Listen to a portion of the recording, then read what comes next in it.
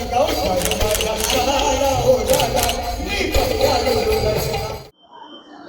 स्वामी समर्थ समर्थ योगी मित्र मंडळ मध्ये आपलं स्वागत आहे। मी ओमकार सावंत आज ठाण्याहून आनंदनगर स्वामींच्या मठातून आज एक नवीन अनुभव घेऊन आलो। तर मित्रांनो, आज आहे 20 मार्च आणि महाराजांचा प्रकट दिन आहे। तर तुम्हा सर्वांनाही प्रकट दिनाच्या स्वामीमय शुभेच्छा। तर आज आपल्या सोबत आहे श्रीरंग टेंबे स्वामी भक्त। तर त्यांचा आज आलेला अनुभव ते आपल्याबरोबर शेअर करणार आहे। नक्कीच आपण त्यांचा आलेला अनुभव ऐकूया। श्री स्वामी समर्थ। स्वामी समर्थ। समर्थ योगी मित्र मंडळ या चॅनल मध्ये आपलं स्वागत आहे। धन्यवाद माऊली। आम्हाला नक्कीच ऐकायला आवडेल तुमचा जो आलेला अनुभव आहे महाराजांविषयी, तो तुम्ही आम्हाला शेअर करा। नमस्कार, श्री स्वामी समर्थ। खरं म्हणजे स्वामी माझ्या आयुष्यात येण्याचे खूप प्रसंग घडत गेले। मी गेली काही वर्ष गाण्यामध्ये काम करतोय, एक संगीताचा विद्यार्थी म्हणून, संगीत साधक म्हणून काम करतोय। त्या निमित्तानेच अक्कलकोटला स्वामींच्या मठामध्ये, स्वामींच्या संस्थानामध्ये 3 वेळा कार्यक्रम करण्याचा योग आला। एक कुठल्या वर्षाचं आहे? 2011 मध्ये। अच्छा, 11 पासून? हा, 2014 मध्ये आणि आय थिंक नंतर 17 मध्ये मला त्याचा योग आला होता। तर तिथपासून स्वामींबरोबरचा प्रवास आमचा सुरू झाला। प्रत्येक क्षणी स्वामी सांभाळत गेले।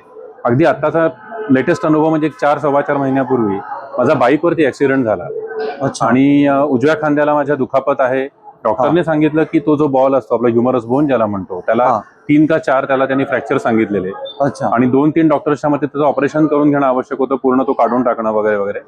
पण स्वामींना विनंती केली की आमची खूप कामं अडकलेली, त्यांनी हात जर अडकला, उजवा हातच अडकला, हार्मोनियम वाजवू शकलो नाही तर करणार काय पुढे। आणि त्यांनी प्रेरणा दिली, ते म्हणाले बघ तू काम कर, घेऊ नकोस, तुझ्या पाठीशी आहे। आणि काम सुरू केलं। आजवर तरी ऑपरेशनची गरज पडली नाही, हात माझा हलतो आहे। काही थोडीशी आयुर्वेदिक औषधं घेऊन स्वामींनी तारून नेलेले त्याच्यातनं।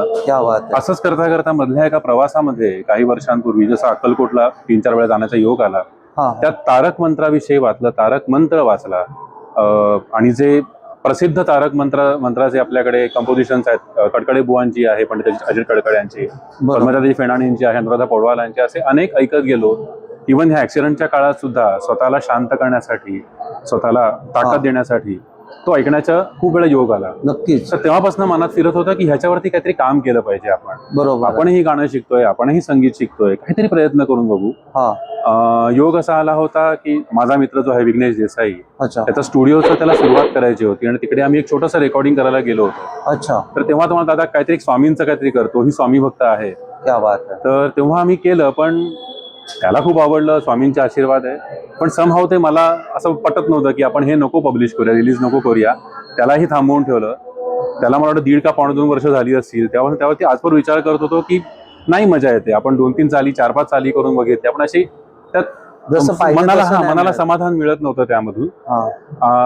आणि मी मागे जसं म्हटलं की अक्कलकोटला कार्यक्रम जेव्हा केले संस्थानाचे, मठात पण केला, संस्थानाचा पण केला, तर तेव्हा एक खूप सुंदर स्वामींची फ्रेम आम्हाला मिळाली होती मठाकडनं। आम्हाला भेट दिली गेली होती, त्यांचा आशीर्वाद दिला गेला होता।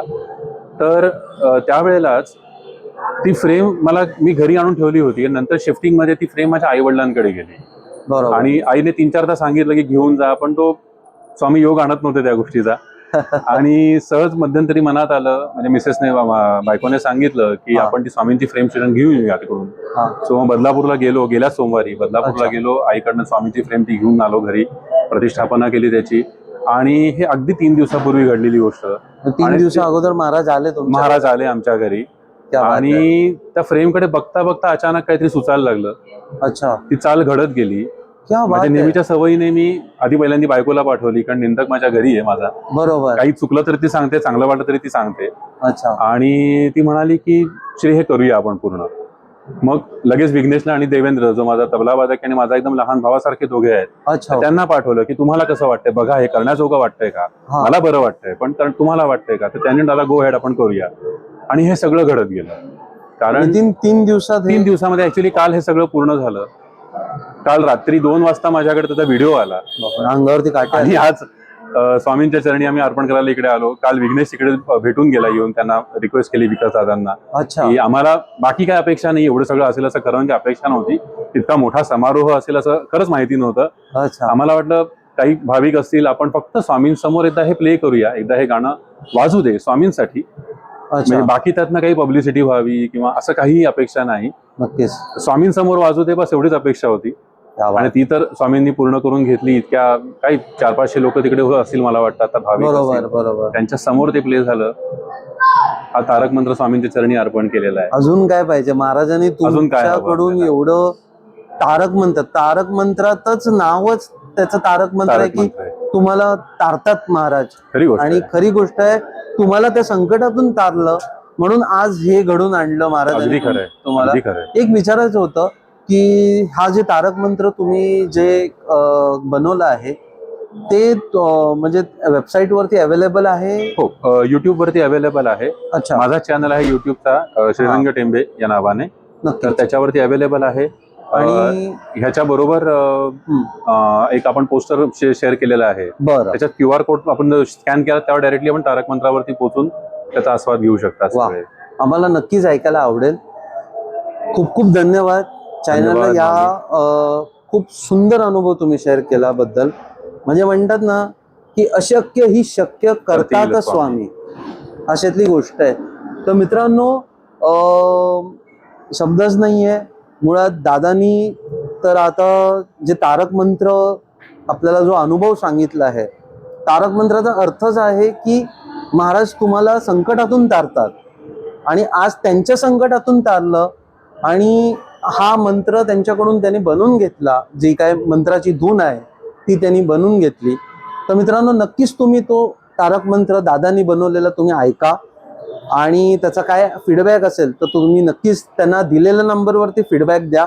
आपल्या चॅनलवरती त्यांच्या चॅनलचं लिंक आहे व त्यांचा जो बॅनरचा QR कोड आहे तो आहे. ते तुम्ही स्कॅन करून महाराजांचं एकदा तारक मंत्र ऐका आणि ऐकलंच पाहिजे, कारण की महाराज तुम्हाला नेहमी तारतात. तर नवीन अनुभव घेऊन येईपर्यंत श्री स्वामी समर्थ. जय जय श्री स्वामी समर्थ. पाली, जिल्हा रायगड इथे आपण स्वामींचा मठ बांधत आहोत. त्यासाठी जर तुम्हाला काही संपर्क करायचा असेल तर मला दिलेल्या नंबरवरती कॉल करा, संपर्क करा. श्री स्वामी समर्थ. जय जय श्री स्वामी समर्थ. श्री स्वामी समर्थ.